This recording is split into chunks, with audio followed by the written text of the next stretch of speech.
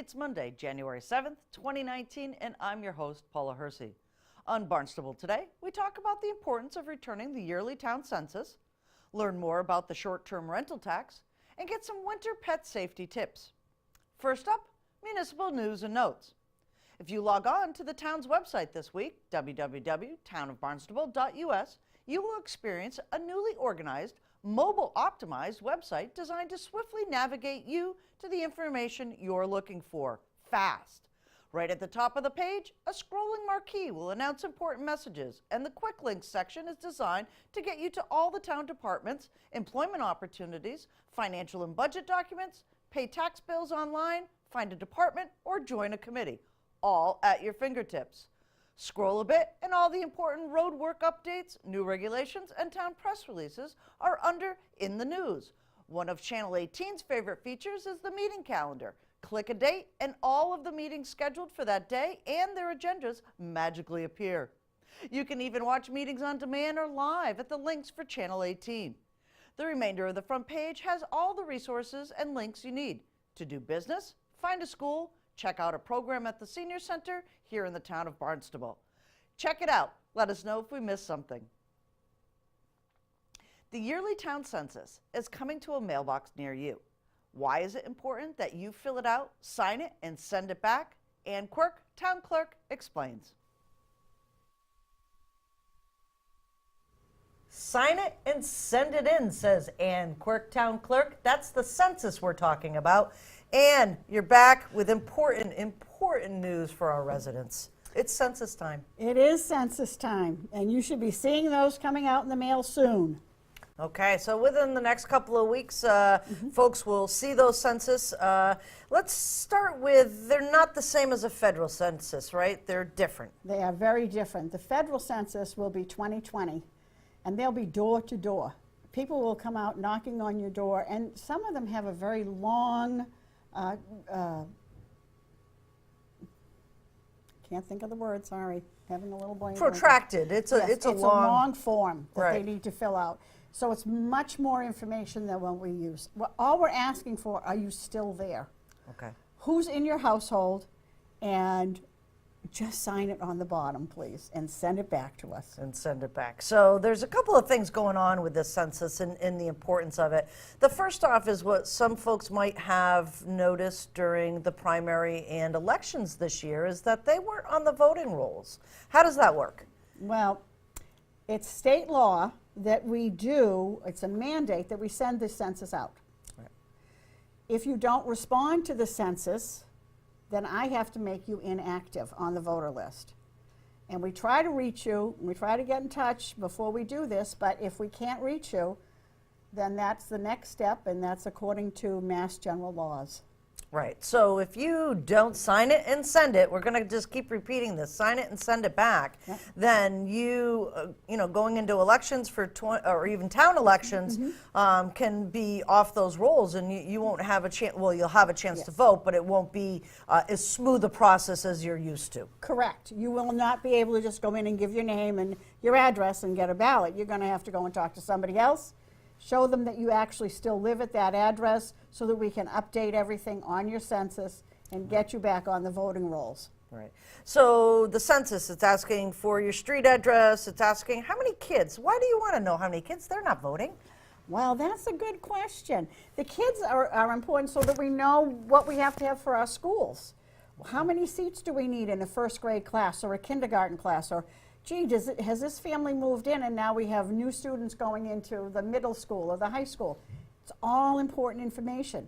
It's also important for us to know this because it works with grants that the school tries to get too to help the students along in their career. Right. So it also, I would say, probably does that on the other side of the demographic as well for seniors. Now, those are probably your best folks. They still know how to use the post office and the mail, stamps and things like that, but important for them to be counted as well. Absolutely, because we still want to keep that information available to somebody like Maddie Noonan, who runs the senior center. Can she get more grants for her seniors because she has X amount? Right. And that's how that does work for us. If we don't have that information, I can't pass it along. Right. And it also works, and for us, we'll know who the oldest person is. So we can go ahead with the Boston Post Cane Award. Right. I mean, it's a lot of things. It's high school students that have graduated and now they've gone on to the military. And in Massachusetts, there's a welcome home bonus for someone who's been in the military and gone overseas. When you come back, I have to be able to prove that you lived here. Right. I have to find you somewhere. It's got to be on the census. Okay. And that also talking about high school, because this is the time right now for scholarships. Oh, yes. If you're not on that census, how does that affect? That affects them as well, because they have to prove in a lot of cases on those scholarship applications that they actually reside in the town of Barnstable. Right. So I need to have them on the census so I can certify that for them. Right. So not only is it, affecting our schools and folks that are moving on from their school career here in Barnstable to either colleges or to the military, but for grants, and I think this grant one is really important that people don't understand, is that by showing a specific segment of population, the town has an opportunity to go after grants based on those numbers, right? Absolutely. Absolutely. That's huge. And it helps defray the cost so everything isn't falling on the taxpayer. Right. See? Sign it and send it back, right? Yes, yes. And if there's any changes at all, just write them on there for us and sign it and send it back. And if you have multiple changes, put a phone number on there so we can call you and say, can you help us out with this one? Okay. So they can call the town clerk's office. They might get your smiling voice on the phone or another one of your wonderful colleagues upstairs. But basically, we just want you to fill it out, sign it, and send it. Yes, and actually the libraries have been very good about keeping it for us and having a box there. So we'll make sure we get the boxes out to the libraries again. So if you're going to the library and you don't have a stamp, drop it in the box there and we'll eventually get it from them. Right. And what if they don't get a census? Oh, call us on the phone. Excellent. Absolutely. All right. So they can get a hold of you and make sure that they get counted. Absolutely. Excellent. Thanks so much, Ann. Thank you. Do you rent out a short-term vacation property? There are some new regulations, registrations, and taxes you will need to understand starting in July. Representative Randy Hunt has the legislation details. On the phone with me today, Representative Randy Hunt. Randy, welcome back to the Hill. Hey, thanks very much. It was enjoyable yesterday as we all took the oath of office for the next two-year session. So lots of things obviously were happening behind the scenes. There were some bills that were kind of left out there when you finished your session this past year. But it looks like the short-term rental has finally passed the governor's desk. Yeah, it somehow got a breath of life in it during December, and the parties came together on some issues that the governor had with that bill that did pass back in July, but he had vetoed three sections or 3 points of that law, and so that got reconciled and it got passed. Short-term rental law expands what's already in place for hotels, motels, and B&Bs. So for many, many years, you have, as an owner of a hotel, have been charging 5.7% rooms tax that goes to the state, up to 6% that goes to the local community.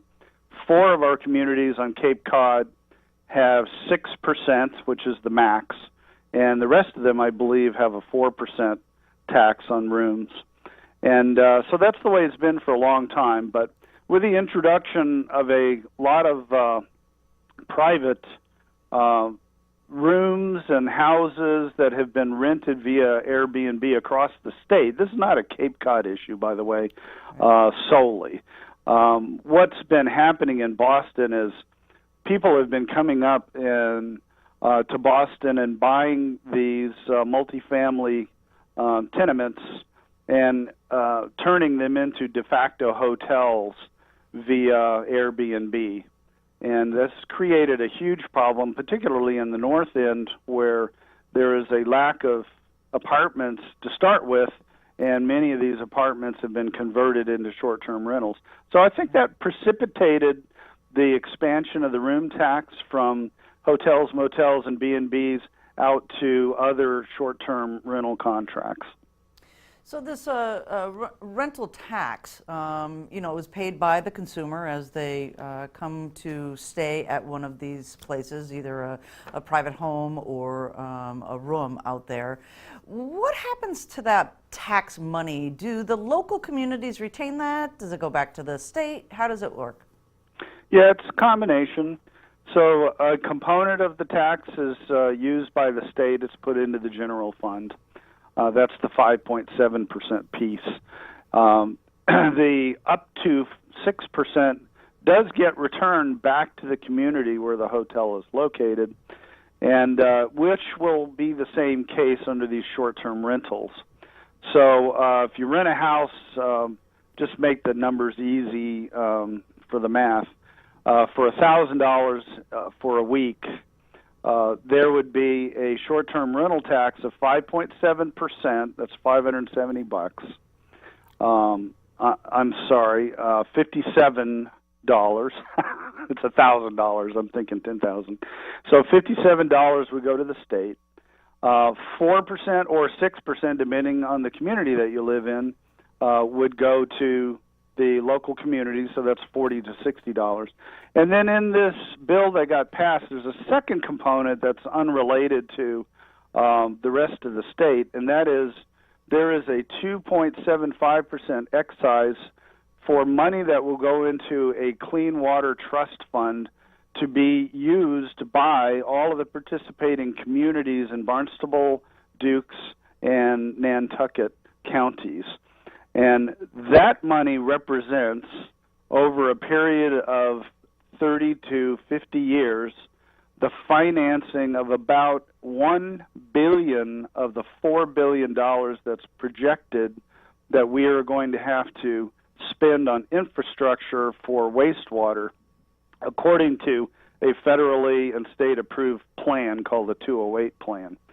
So essentially what happens on Cape Cod is we have to have wastewater infrastructure that is far more robust than what we would need if just the 215,000 people who live here year-round used it. Because in the summer times we double, and in some areas we triple the population. So the wastewater systems have to be robust enough to be able to deal with that summer population. And this 2.75% excise tax puts money into a fund to help us expand that infrastructure.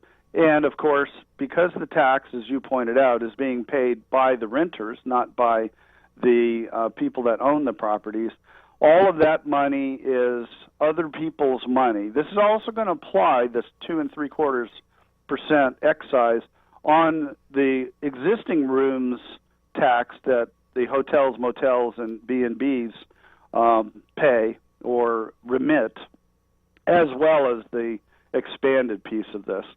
So it's essentially a $1 billion tax savings to the residents here, who would one way or the other be on the hook for paying the $4 billion over the next 30 to 50 years.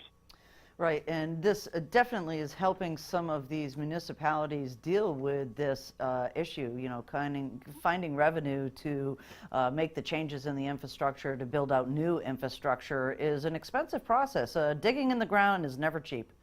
It's never cheap, and you make a good point, and it actually benefits the communities on two fronts. One is this excise of 2.75%. This is the same as the convention center fee, by the way, in Boston. That's why the number was picked, because it's something that we do across the state.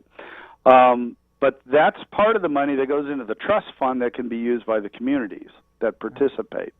But the other piece is the expansion of the rooms tax to these other short-term rentals is also going to generate additional funding for the towns.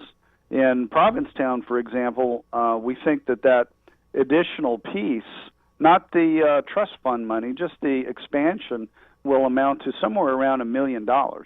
And so there is, of course, they're kind of at one extreme. Barnstable's numbers would be probably just as high as that, I would imagine, because it's by far the largest town on the Cape.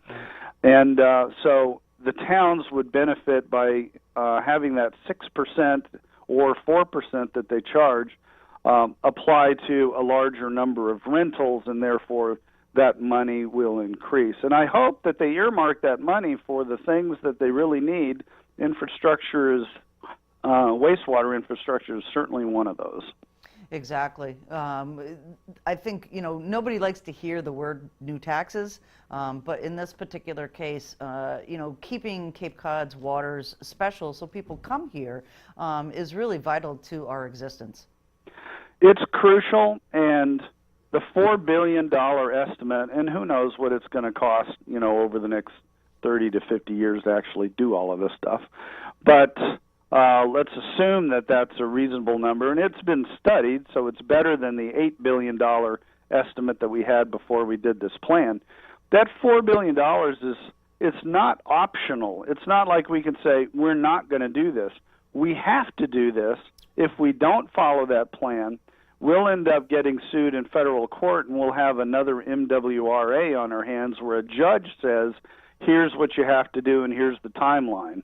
So we would rather drive that bus ourselves, and to the extent that we can have our visitors who create the need for a bigger system for wastewater pitch in, that is a tax savings.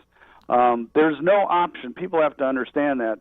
We are going to have to do these things, and they are going to cost a lot of money. And by having this setup with the expanded rooms tax as well as the wastewater trust fund, we are going to be able to handle that at a lesser cost for the people that live here year-round. Well, that was a nice little Christmas present for Cape Cod. In a way. In a way. There are people on both sides of this issue, of course. Right. So anything else you want residents to know about this bill and what they can expect as they start to implement it? Yeah, a couple of things. Get some education on the bill. If you're the owner of a home that gets rented out by the week, which is the most common thing, find out what the law says.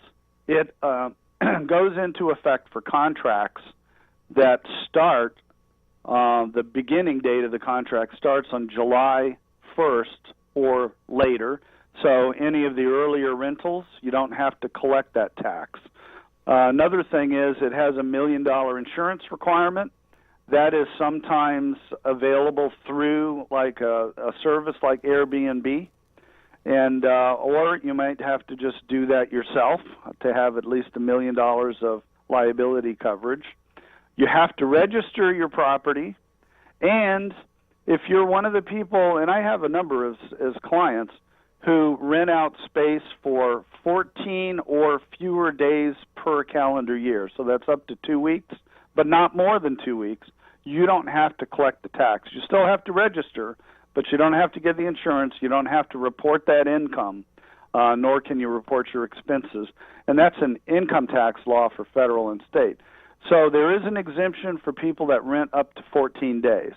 So for everybody else, I would recommend that you perhaps go to the Realtor Board. I'm sure they're going to have education classes, or the DOR may actually contact you directly with some of the details about the rules. But find out how you're going to have to receive and remit that money to the state, and be prepared for July 1st so that everything works smoothly. Fantastic advice, Randy. Thank you so much. All right, and I'll talk to you soon, Paula. Take care. Okay, bye-bye. How can you protect your four-legged friends in the cold winter months? Animal Control Officer Cindy Sherman has some great tips for pet owners. Well, the dog park has officially opened and winter is here. What are we going to do with our pets during the wintertime? With me today, Animal Control Officer Cindy Sherman. Cindy, welcome to the show. Thank you. So let's talk dog park first. I was just there this past weekend. isn't it great? Super fun. Tons. Who knew there were so many dogs? Right. And it's hysterical. It's one of my favorite things to do each day is to stop and visit the dog park. I have such a hard time dragging myself out of there. I mean, some days, you can barely find any dogs in there, and they're like, where is everybody else? And then other days, it's so full, and they're just so full of energy and so fun. Yeah, and it's a beautiful spot for this dog park. We actually took our dogs for a quick walk on leash around Hathaway's Pond, which was really nice, trying to acclimate them to the area a little bit. Sure. And then headed into the dog park. And again, the separation of the larger dogs to the smaller dogs really makes people feel comfortable. Definitely. I think it makes a huge difference. Some people are, like you said, they're just not comfortable, bringing their smaller dogs in with some of these larger dogs. And to be quite honest with you, sometimes some of the larger dogs are not comfortable with some of these little ones that, are coming at them. But, for the most part, though, I think everybody is just, being really good about, etiquette and whatnot. And, we just really encourage to make sure everyone's wearing their tags when they come in, their licenses, and, just all about having fun and just following the regulations and being safe, for everyone. Right. They can find the regulations on the Town of Barnstable's website, townofbarnstable.us. It lists exactly what should happen in the dog park. Yep. One of the things that we should probably mention is that the water, because of winter, has now been shut off. The water is now shut off. I have noticed people bringing in their own water. The dishes are still there, the bowls are still there. I noticed the other day someone had brought in one of those, big Poland Spring jugs. And, so, I mean, there's water available. You can bring your own water, but the water is shut off for the winter. Okay. Anything else you want folks to know about the dog park and its first month being open? Oh, It's wonderful. It's great. Yeah, just, enjoy and be safe and make sure you're paying attention to, your pets. Make sure you're paying attention to your dog. And, the only, biggest concern we have is children and license and rabies. Right. Those, we need to make sure for everyone's safety that all dogs are, vaccinated and licensed, and, children, 10 and under, just really, it's not a safe place for them, especially when the park is full. Right, Yeah, right, and it can be. I mean, when we were there this past weekend, there had to have been probably 15 dogs in the big dog area, and there was a good 10 little guys in our area, so it was a lot of fun. Yeah, it really is. It is. I'm so glad to see everyone enjoying it. And let's talk just a little bit about winter safety. So kind of a two-pronged question for you. First is, some holiday tips. The trees are going up, presents are going under the trees. What should people really be cognizant about at this time of year? So, like you said, the trees are going up. A huge thing is wires. Especially cats. You've got cats and dogs chewing on wires. Make sure that, you've got those wires tucked away safely. Make sure that, they're not strung across where the animals can trip and pull the tree down. And, believe it or not, I actually have had squirrels coming in on the trees. Wow. You make sure you check your trees before you bring your trees in. I know it sounds silly, but it is. Right. But, big thing though, those pads, the dog's pads, make sure that you're wiping their pads down, even when you go to the dog park, but especially when you're on salted roads and sidewalks and, if your driveway, anything like that. Make sure you wipe them down before they come in so that they're not licking and, getting any kind of toxins or just sores. Right. So. And dogs outside at this time of year, as the weather starts to get a lot colder. Yes. What's the rule of thumb for maybe like the size of the dog or the fur that is on the dog? Well, obviously a smaller dog is going to get colder a lot quicker. Their body temperature is just not, just like an infant, it's going to get, cold a lot quicker than a larger dog. And, obviously some dogs are built for the winter. Some of your huskies and thicker coated friends, like the winter a lot more than others. If your dog's got, short hair, short fur, thin coats, might even want to put a sweater on them. And definitely, don't let them stay outside too long. And, winter advisories, don't leave them out there at all. Right. You know. And then the last thing I want to touch on, because this is, we had an Australian Shepherd over the years that was a counter surfer. Okay. So, holiday goods and things like that. Absolutely. What's some of the precautions people can take with food? Food is a big one. We've got a lot of dog bites this time of year, and a lot of them are food related. Make sure your food's not at the edge of the counters where the dog's going to jump up. Make sure you put it away, you cover it. And, just be careful when you try to stop the dog, too. A lot of times they don't know any better. They're going for that food, and you stick your hand in there to grab that food away from them. There is potential for getting bit. So make sure your food's up high, back on the back side of the counters. A lot of times I even recommend, keeping the dogs out of the kitchen when you got your cooking and all the commotion going on.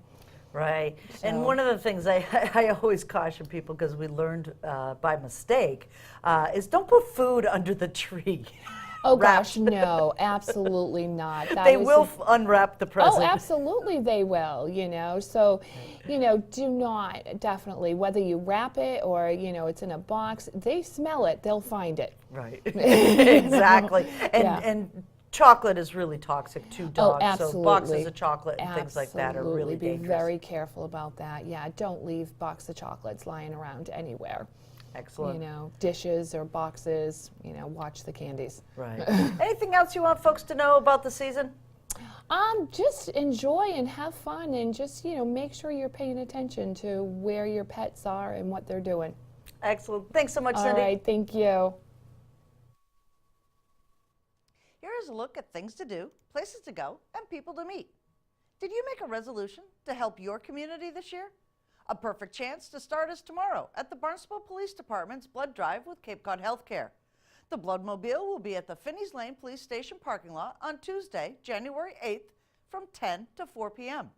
Give blood to be entered into a drawing for a 2-night stay at the Red Jacket Mountain View Resort and Indoor Water Park. Every pint of blood donated to Cape Cod Healthcare stays on Cape Cod to serve our community and save the lives of your family, friends, and neighbors. Comments, suggestions, accolades? Connect with us on Facebook and Instagram, email us, or send us an old-fashioned note by carrier pigeon. Channel 18 works for you. I'm Paula Hersey, and thank you for watching Barnstable Today.